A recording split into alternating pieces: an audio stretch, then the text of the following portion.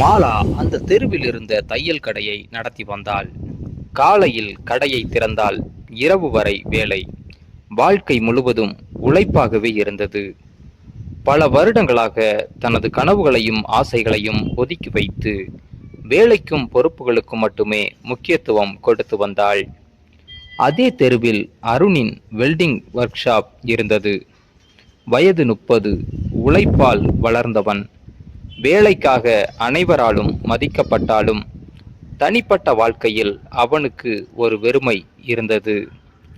ஒரு நாள் மாலை திடீரென மாலாவின் கடையின் முன்புற இரும்பு பலகை காற்றில் உடைந்து விழுந்தது. வாடிக்கையாளர்கள் பயந்து வெளியேறினர். மாலா என்ன செய்வதென்று தெரியாமல் நின்றாள். அந்த நேரத்தில் அங்கே வந்த அருண் உடனே நிலைமையை பார்த்தான்.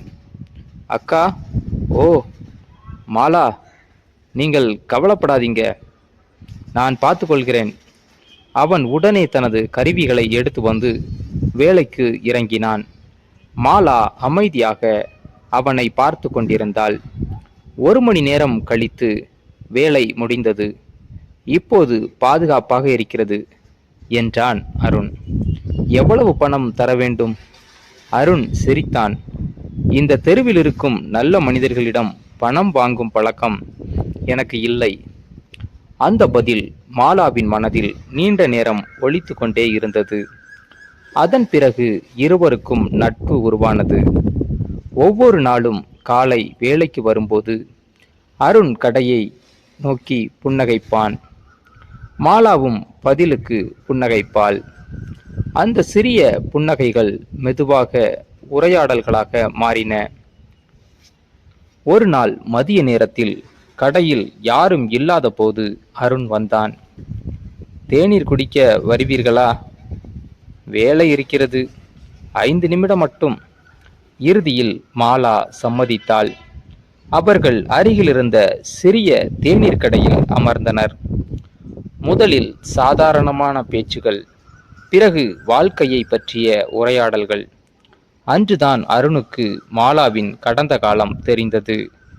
வாழ்க்கையில் எத்தனை சிரமங்கள் வந்தாலும் அவள் விடாமல் போராடியிருந்தாள். அதேபோல் மாலாவும் அருணின் கதையை அறிந்தாள். கடின உழைப்பால் தனது ஒர்க் ஷாப்பை உருவாக்கியிருந்தான். அந்த நாளுக்கு பிறகு இருவரும் ஒருவரை ஒருவர் வேறு பார்வையில் பார்க்க ஆரம்பித்தனர். நாட்கள் நகர்ந்தன. ஒரு மாலை கடையை மூடிவிட்டு வீட்டிற்கு செல்லும் வழியில் மாலா திடீரென மழையில் சிக்கிக் கொண்டாள். அருகில் இருந்தவர்கள் எல்லாரும் ஓடிச் சென்றனர். ஆனால் சில நொடிகளில் ஒரு குடை அவள் தலையின் மேல் வந்தது. அது அருண். இப்படி நின்றால் காய்ச்சல் வந்துவிடும். இருவரும் ஒரே குடையின் கீழ் நடந்தனர். அந்த சில நிமிடங்கள் மாலாவின் மனதில் ஏதோ புதிய உணர்வை உருவாக்கின. பல வருடங்களாக யாரிடமும் உணராத ஒரு பாதுகாப்பு உணர்வு. அடுத்த சில வாரங்களில் அருண் மாலாவின் வாழ்க்கையின் மிக முக்கியமான பகுதியாக மாறிவிட்டான். காலை வணக்கம் சொல்லாமல் நாள் தொடங்காது. மாலை பேசாமல் நாள் முடிவதில்லை. ஆனால் இருவரும் தங்களது உணர்வுகளை வெளிப்படுத்தவில்லை. ஒரு நாள் இரவு மாலா கடையை மூடிக்கொண்டிருந்தாள். அப்போது அருண் அவசரமாக ஓடி வந்தான். அவனது முகத்தில் பதட்டம் தெரிந்தது. மாலா, ஒரு முக்கியமான விஷயம் சொல்ல வேண்டும். என்ன ஆனது? அருண் சில நொடிகள் அமைதியாக நின்றான். பிறகு மெதுவாக சொன்னான். எனக்கு சென்னையில் ஒரு பெரிய வேலை வாய்ப்பு கிடைச்சிருக்கு. மாலாவின் முகம் உடனே மாறியது. எப்போது போக வேண்டும்? இன்னும் 1 வாரத்தில். அந்த ஒரு பதில் அவளது மனதை கனமாக்கியது. அருண் தொடர்ந்து ஏதோ பேசிக்கொண்டிருந்தான். ஆனால் மாலாவுக்கு எதுவும் காதில் விழவில்லை. ஒரே ஒரு கேள்வி மட்டுமே அவள் மனதில் இருந்தது. அவன் போய்விட்டால் என் வாழ்க்கை மீண்டும் பழைய மாதிரி வெறுமையாகிவிடுமா? அந்த இரவு இருவரும் அமைதியாக பிரிந்தனர். ஆனால் அவர்கள் அறியாமல் அந்த ஒரு வாரம் அவர்களின் வாழ்க்கையில் மிகப்பெரிய திருப்பத்தை கொண்டு வரப்போகிறது. அருண் சென்னை செல்ல போகிறான் என்ற செய்தி மாலாவின் மனதை ஆழமாக பாதித்தது. அந்த இரவு வீட்டிற்கு சென்ற பிறகும் அவளால் தூங்க முடியவில்லை. பல வருடங்களாக தனியாக வாழ்ந்த அவள் ஒருவரின் இருப்பு தனது வாழ்க்கையில் இவ்வளவு முக்கியமானதாக மாறிவிட்டதை அப்போதுதான் உணர்ந்தாள். மறுநாள் காலை வழக்கம் போல் கடையை திறந்தாள். ஆனால் முகத்தில் இருந்த சிரிப்பு காணாமல் போயிருந்தது. அருணும் அதை கவனித்தான். என்ன ஆயிற்று? உடம்பு சரியில்லையா? இல்ல. அப்படியென்றால் ஏன் இப்படி அமைதியா இருக்கிறீர்கள்? மாலா பதில் சொல்லவில்லை. ஏனெனில் உண்மையை சொன்னால் கண்களில் கண்ணீர் வந்துவிடும் என்று அவளுக்கு தெரியும். நாட்கள் வேகமாக நகர்ந்தன.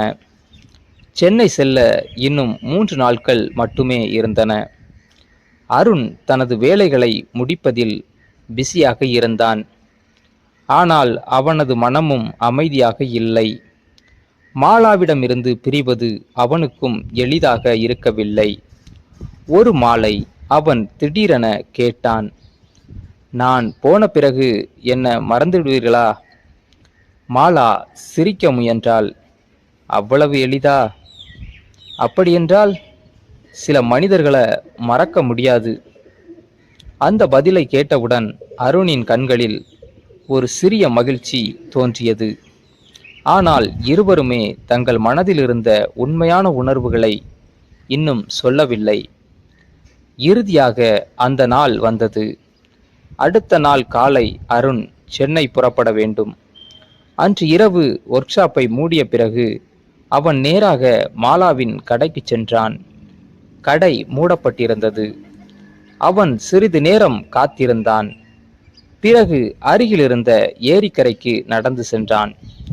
அங்கு ஒரு பெஞ்சில் அமர்ந்திருந்த மாலாவை கண்டான். அவள் அமைதியாக நீரை பார்த்து கொண்டிருந்தாள். அருண் மெதுவாக அருகில் சென்று அமர்ந்தான். சில நிமிடங்கள் யாரும் பேசவில்லை. காற்றின் சத்தம் மட்டுமே கேட்டது. பிறகு அருண் மெதுவாக சொன்னான், நாளை நான் போய்விடுவேன். மாலா தலையசைத்தாள். தெரியும். நான் திரும்பி வருவேனா என்று கூட தெரியாது. அந்த வார்த்தை மாலாவின் இதயத்தை குத்தியது. அவள் அமைதியாக இருந்தாள். மாலா, நான் ஒரு விஷயம் சொல்லலாமா? அவள் அவனை பார்த்தாள். அருண் ஆழமாக மூச்சை இழுத்தான். உங்களை சந்திப்பதற்கு முன்பு என் வாழ்க்கை வேலை மட்டும்தான் இருந்தது. மாலா அமைதியாக கேட்டுக்கொண்டிருந்தாள். ஆனால் நீங்கள் வந்த பிறகு ஒவ்வொரு நாளுக்கும் ஒரு அர்த்தம் கிடைத்தது. அவளது கண்கள் மெதுவாக கலங்க ஆரம்பித்தன. காலை வேலைக்கு வரும்போது உங்களை பார்க்க வேண்டும் என்று தோன்றும். மாலை வீட்டிற்கு செல்லும் முன் உங்களிடம் பேச வேண்டும் என்று தோன்றும். ஒரு நாள் பேசவில்லை என்றால் ஏதோ இழந்து விட்டது போல இருக்கும். அவன் பேசுவதை நிறுத்தினான். சில நிமிடங்கள் அமைதி.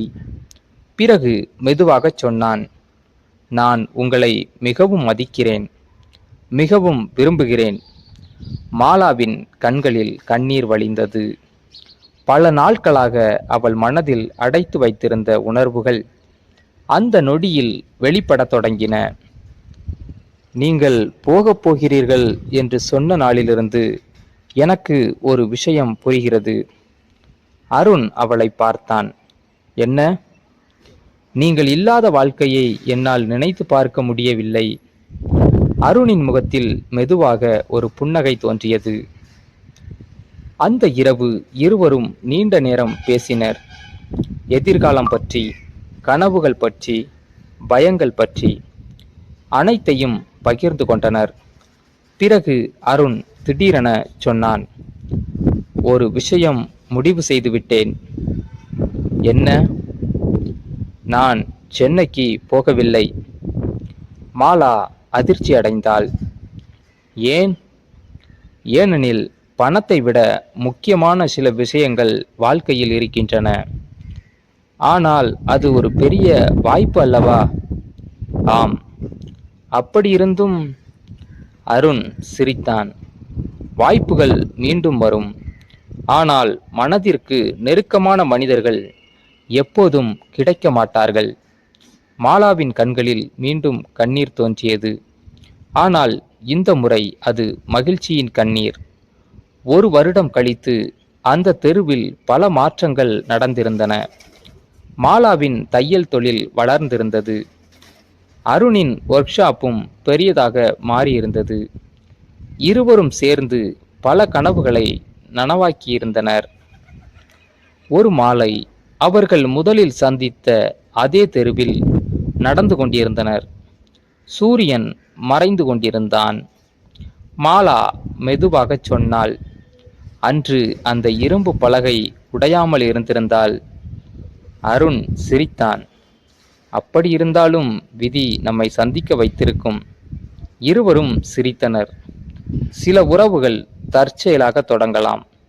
ஆனால் உண்மையான அன்பு, நம்பிக்கை, மரியாதை ஆகியவற்றால் வளரும்போது அது வாழ்நாள் முழுவதும் நிலைத்திருக்கும். மாலாவும் அருணும் அதற்கான ஒரு அழகான உதாரணமாக இருந்தார்கள். இந்த ஸ்டோரி உங்களுக்கு பிடிச்சிருந்தா லைக் பண்ணுங்க, கமெண்ட் பண்ணுங்க. நம்ம சேனலை இதுவரைக்கும் சப்ஸ்கிரைப் பண்ணாமல் இருக்கிறவங்க கண்டிப்பாக சப்ஸ்கிரைப் பண்ணுங்க.